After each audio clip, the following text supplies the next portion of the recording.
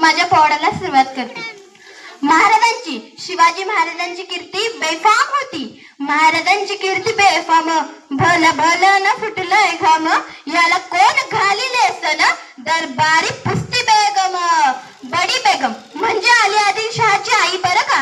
नजर येत तिच्या अंगार, दरबार झाला गपगार, कोणी घेईना पुढाकार, साऱ्यांनीच मानली हार. इतक्यात अचानक एक सरदार उठला, बोला हम लाएंगे शिवाजी को, आणि त्याने विडा उचलला. नाव त्याचं फजल खान, हे नाव त्याचं अफजल खान, जिता जागता जणू शैताना. खान बोलला छाती ठोकून, शिवबाला टाकतो चिरडून. कौतुक झाले दरबारात हे, खान निघाला मोठ्या गुरमीत. त्याचं घोडदळ पायदळ, फौजा फाटालय बक्कळ, अंगी 10 हत्तींचं बळ, पाहणारा कापे तळतळ. वाटेत भेटेल त्याला चिरडीत ठेचीत खानाची सेना निघाली. गावं लुटली, देवळं उद्ध्वस्त केली, आया बहिणीची आबरू लुटली. कोण कोण रोखणार हे वादळ, आता शिवबाचं काही खरं नाही. इकडे निजाम, तिकडे मोगल, पलीकडे इंग्रज, जो तो हेच बोलू लागला. राजाची सेना मुठभर, खानाला कसा थोपणार, काय लढवावं हुनर, चिंतेत पंत सरदार. अशा भागिनीचा तो छावा,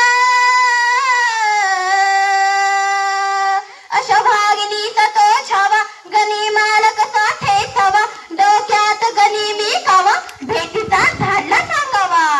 प्रतापगडावर आमने सामने भेटीचा सांगावा खाण्यानं हसत हसत कबूल केला. दिवस ठरला आणि ठरल्याप्रमाणे प्रतापगडच्या पैत्याशी खान,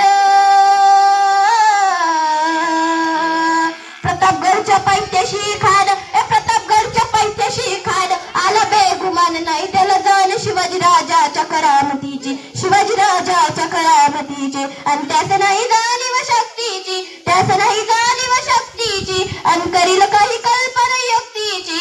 हजी जी जी जी.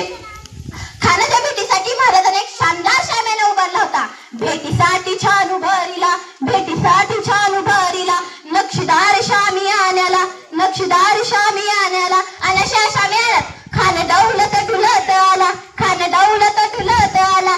सय्यद बनला त्याच्या संगतीला, सय्यद बनला त्याच्या संगतीला, शिवबाच्या संगती माळा, शिवबाच्या संगती माळा. राजाला